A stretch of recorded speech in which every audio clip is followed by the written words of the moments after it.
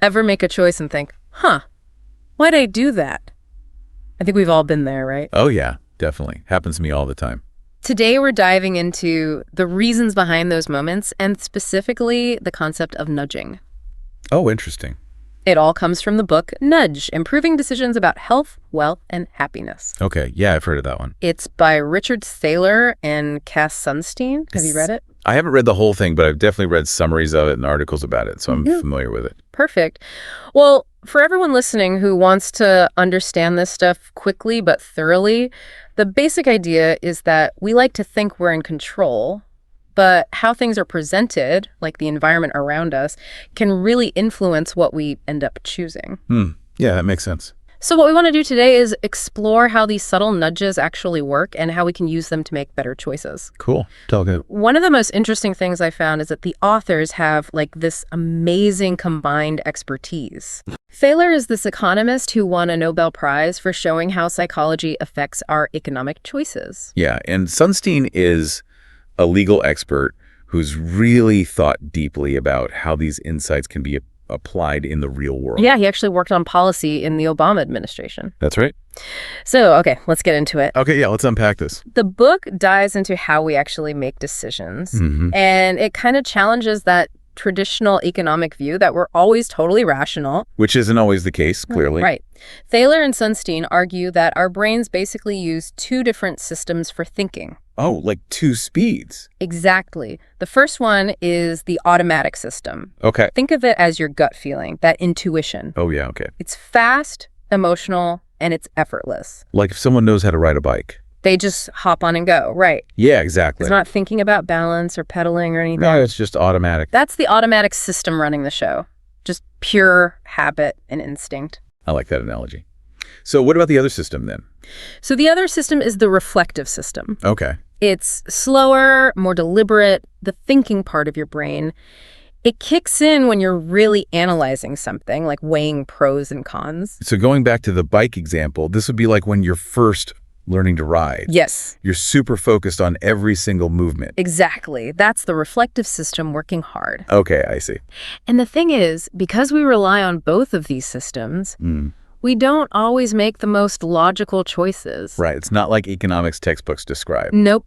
We're often working on that faster, more intuitive level, and that can lead us to make some, well, not so great choices. Yeah, we've all been there.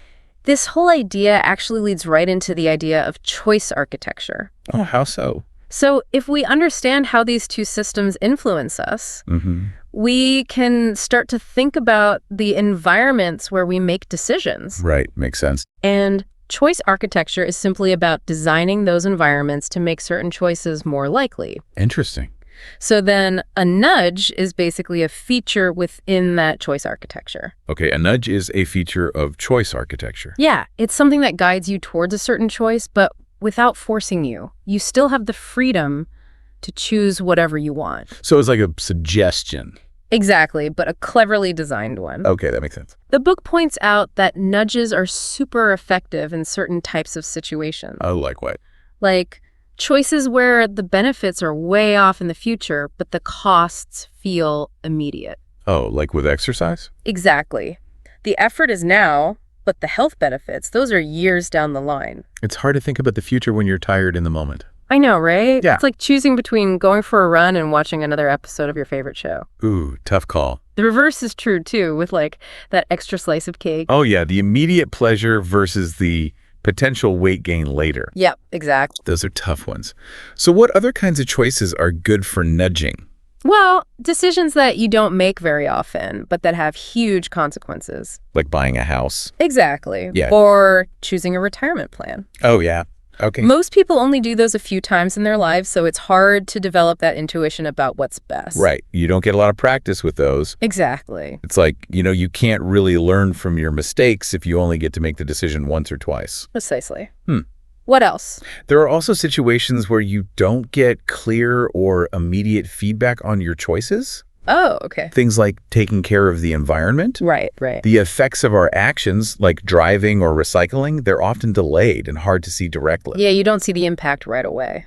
So it's hard to make choices that align with our values, when we don't see the immediate results. Yeah, that makes sense. Out of sight, out of mind, I guess. Yeah, basically. Oh, interesting.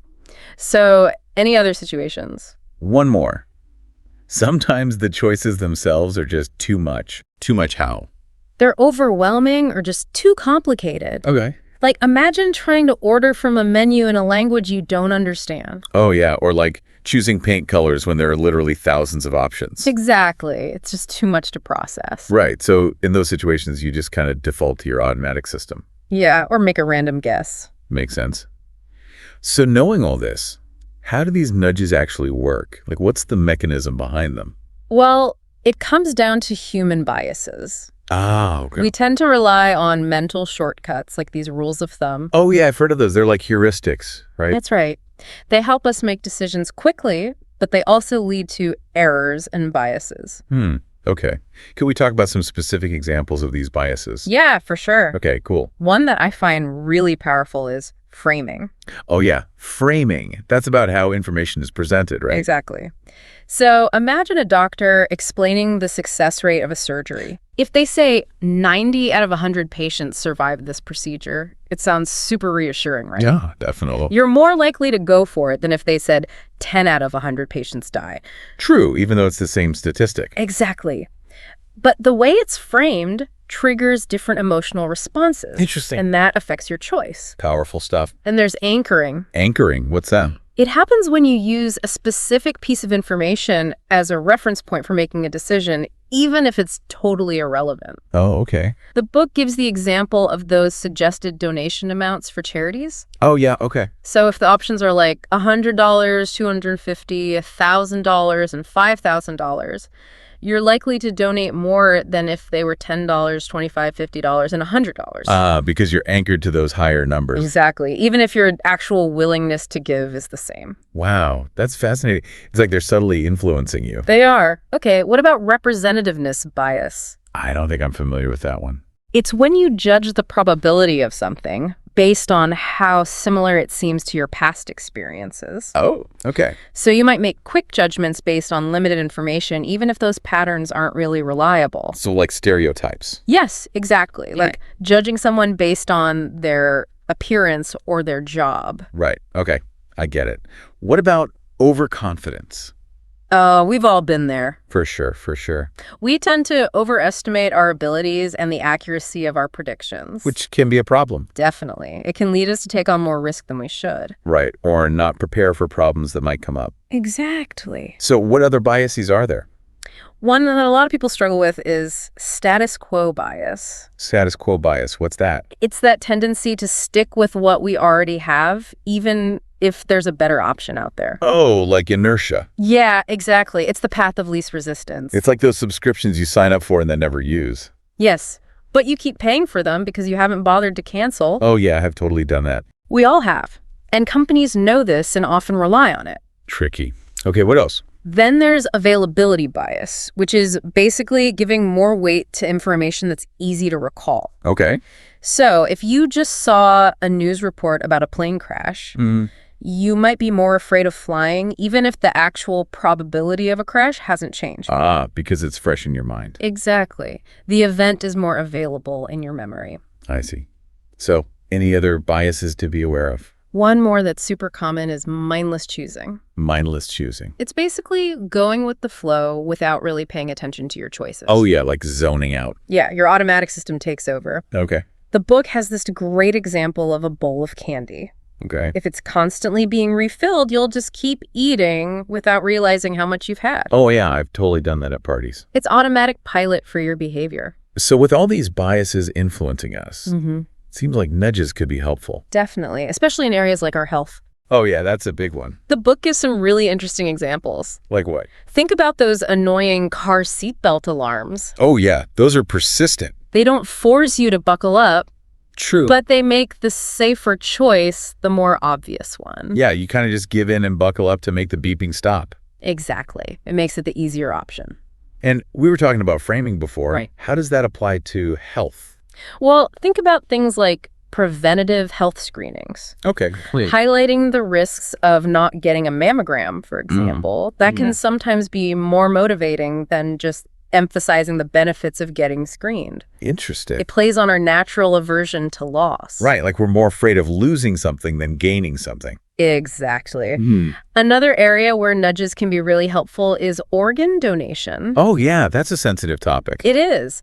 In the U.S., most people say they're willing to be organ donors. Okay. But the actual donation rate is much lower because you usually have to opt in. So there's this idea of a default opt-in system Oh, interesting. where you're automatically registered as a donor unless you choose to opt out. Oh, I see. That could really increase the number of available organs. Yeah, I can see that. Or even just requiring people to make a choice when they get their driver's license. So they can't just avoid the decision altogether. Exactly. It's a small change, but it could save lives. Powerful stuff. When it comes to environmental choices, nudges can also be really helpful. Right, because the consequences are often so far in the future. Exactly. Nudges can help connect our actions now with those future outcomes. And encourage more sustainable behavior. Right.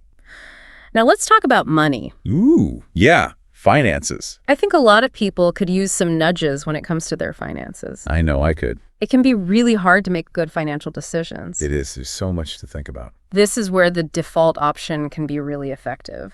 Oh.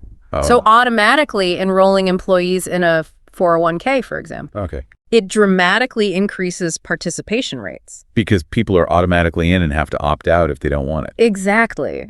It uses our natural tendency to stick with the default. Clever. Simplifying investment options can also be a helpful nudge Oh, like how? by offering choices that are clearly labeled as aggressive, moderate, or conservative. Okay, yeah, that makes it easier to choose. It reduces the overwhelm. Definitely. And there's this framework called RECAP. Recap. Yeah, it stands for Record, Evaluate, and Compare Alternative Prices. Oh, okay. It's basically a nudge to encourage people to review their investments regularly. So they can see if there are better options out there. Exactly. Okay, so what about managing debt, like credit cards and loans? Yeah, the book talks about how even the way minimum payments are presented on credit card statements can be a negative nudge. Really? How so? It can lead people to pay less than they could and stay in debt longer. I see. A positive nudge could be to automatically set up full balance auto payments, Oh, interesting. or at least suggest it as the default. Yeah, that could be really helpful. And in general, clearer reporting of interest rates and fees would be a beneficial nudge for borrowers. Definitely. Transparency is key. Even something like setting up automatic investments in mutual funds can be helpful. Oh, yeah, like those systematic investment plans or SIPs. That's right. It's a periodic nudge to keep investing consistently. I like that. So it sounds like defaults, clear information, and tools that encourage regular review are really important for our financial well-being. They are. Now, the book's title also mentions happiness. Right. How do nudges relate to our overall happiness? That's a good question. It's not like you can just nudge someone into being happy. True. But the idea is that by helping people make better choices in these areas like health and finances, they're more likely to feel happier overall. Yeah, less stress, better health, more money. Who wouldn't be happier? Exactly. This all brings us to the idea of libertarian paternalism. Libertarian paternalism. What is that? It sounds like a contradiction. It does, right? Yeah. But it's a really important concept. Okay, so explain it to me. The basic idea is that it's possible to design nudges that guide people towards better decisions Okay. while still preserving their freedom to choose. So it's paternalistic in the sense that it's trying to help people make good choices, but libertarian in that it's not forcing them to do anything. Exactly. You're nudging people in a helpful direction, but not taking away their autonomy. I see. But who gets to decide what a better choice is? That's a great question and a big debate. Yeah, where do you draw the line?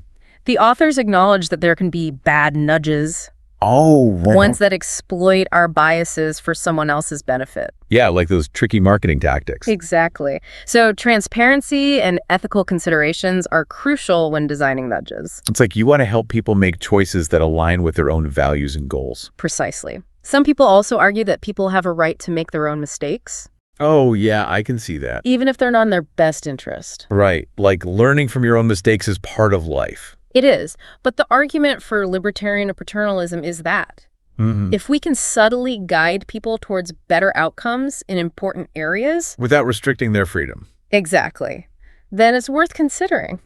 Yeah, that's a good point. It's a tough balance to strike.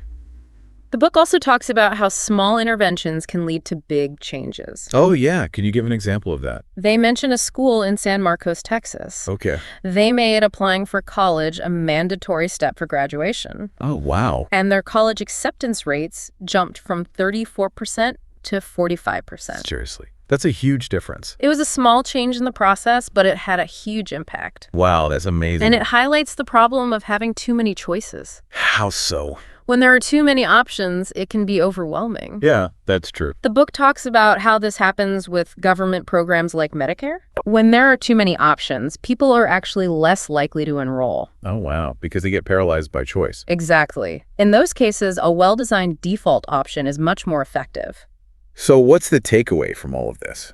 I think the biggest takeaway is that our decisions are influenced in ways we don't even realize. Yeah, by our own minds and by the environment. And these nudges can help bridge the gap between our intentions and our actions. Leading to better outcomes in all areas of our lives. From health and finances to the environment and education. It really makes you think about the power of these small interventions. It does. And it also highlights the responsibility of those who design the environments where we make choices. Those choice architects. They need to understand human behavior and use that knowledge to create environments that benefit people. While still respecting their freedom, of course. Exactly. It's about finding that balance. This has been a really insightful discussion. I agree. So, as you go about your day, think about the nudges that are present in your own life. Yeah, are they helping you, or are there areas where a different approach could be helpful? What small nudges could you implement for yourself or for others to encourage better choices? Thanks for this deep dive. My pleasure. And thanks to all of you for listening.